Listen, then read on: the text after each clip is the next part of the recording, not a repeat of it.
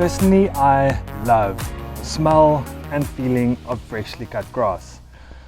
However, grass is one of those slightly contentious issues when it comes to sustainable living, veggie gardens, permaculture, because it's deemed pretty much a waste of space and a plant, weed that just takes.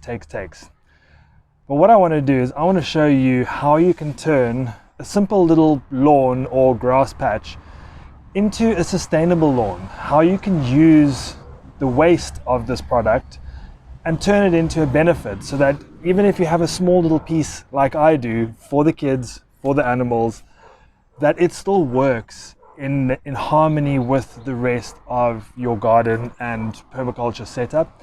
There are some ways to make sure that this isn't a nutrient sapping resource. So stay tuned, let's see how we can incorporate lawns and make them work for our environments. First things first, grass clippings. When you cut the grass with a lawnmower, manual, electric, petrol, really doesn't matter, you get really nutrient dense shredded lawn clippings, grass clippings, and these are the things that we're going to be using to incorporate in a few different ways. What I like to do is, depending on the seasons, so obviously winter doesn't require as much cutting, summer quite a lot, is in summer I will give one full bucket like this to an area. In winter I'll share it out, and the areas that I'm talking about are the chickens, mulch, compost, and worms. I'm not sure if you thought about all of those things and grass clippings, but if you can feed your chickens a really high nutrient rich free meal, you're making really good use of it. If you can sprinkle them as layers of mulch, not too thickly, you're adding the nutrients that it's taking back into the garden. You can also use it in compost, incorporating it with carbon materials such as leaves and other dry materials, bags, brown paper bags, paper, newspaper, all of that. And then worms also love it. However, use your own grass clippings. Don't get grass clippings from other people unless you know they are not fertilizing the living daylights out of it with a whole bunch of chemical fertilizers. They're not busy spraying weed killer and all of that. If you know where it's coming from, then you absolutely take it, use it, rather than it going into a black bag and into a municipal dump where it's just going to stink up a methane mess. So let's go take a look at how we can use this in the garden to make it more sustainable. So these are the real cool kids of where I live. These chickens produce daily eggs and their personalities just rock. So if you do have chickens, look at this. Already interested, and once they get a taste of it, they are just munching. They absolutely love it. It's also very, very rich in nutrients for them. So if you have grass clippings and you have chickens, dump a whole bunch in here. It's a really, really great addition to their diet, and it's a great way to make use of something you otherwise would have thrown away.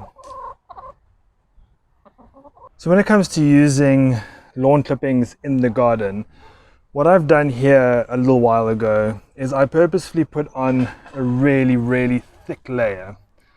And you'll see what it does is it actually creates a really dry, thick, cakey layer on top, which actually repels the water. And I wanted to do is just show you here.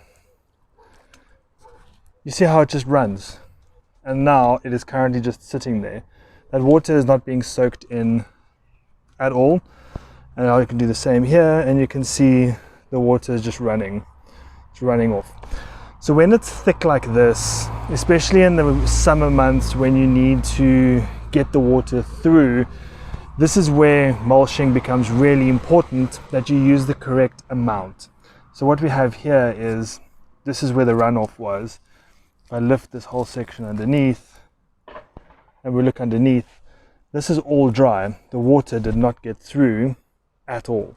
It just ran off the top, which means as you're busy applying water here, you think you're giving these plants water, but it's actually just running off and you end up having plants that are suffering and dying.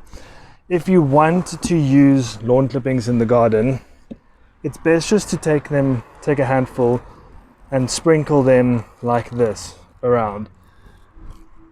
If you have a lawn, you're going to be cutting it quite often. So a thin layer like this regularly is going to give you significantly better results than a thick cakey layer like this once off. So sprinkle fine, sprinkle everywhere, sprinkle regularly. All of this nitrogen rich green grass clippings are going to release all the nutrients back into the soil. And then when it comes to your home composting pile, the exact same principles apply as applying grass clippings as a mulch. You do not want to empty the entire bucket of grass clippings on in one go. It's going to do exactly the same thing. It's going to make a water repellent, thick, cakey layer once it dries. That's going to cause more damage than good. So the same thing, you can take probably slightly bigger handfuls, but then scatter it around. And then take browns. I like to just take something from the garden, sprinkle it on top, take another layer, sprinkle it on, and then you just keep doing the layers this way. And this way you make sure that with all the browns in between, you're creating pockets of oxygen for the breakdown process to happen, and you're not going to have a thick cakey layer that's going to be water resistant. And then finally what we have is a worm farm. At the moment this is actually more of a black soldier fly farm than a worm farm, but the red wigglers are at the bottom. I promise you the black soldier fly are just way better and more aggressive at breaking down organic matter. That was a spun speck shell, there's nothing left of it. So what you do here is your brown layer on top that you had previously, you just apply the grass clippings to that. Once again, not too thick, sprinkling it around. And then you're taking another layer of browns, whether that's leaves or it is paper. And this is all that you need for the worms. You don't want to be going too thick or too many layers.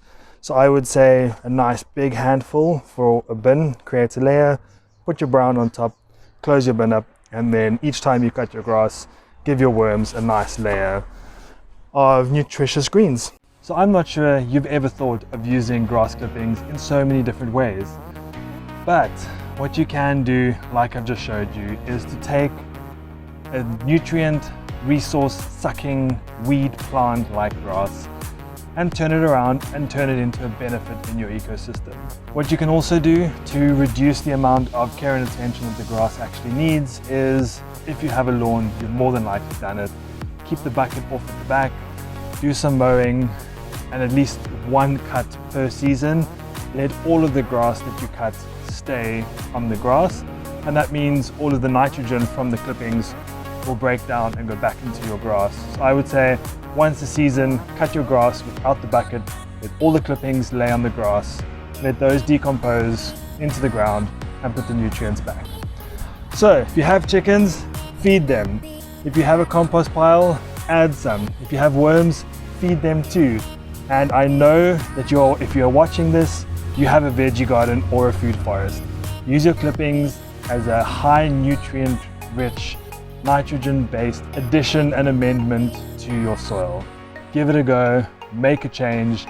Do not throw your clippings into the bin or dispose of them any other way than to put them back into the garden. If you enjoyed this video, got value out of it, please like it, please share it with other people that have small little lawn patches. If you have a huge piece of lawn, this video isn't for you.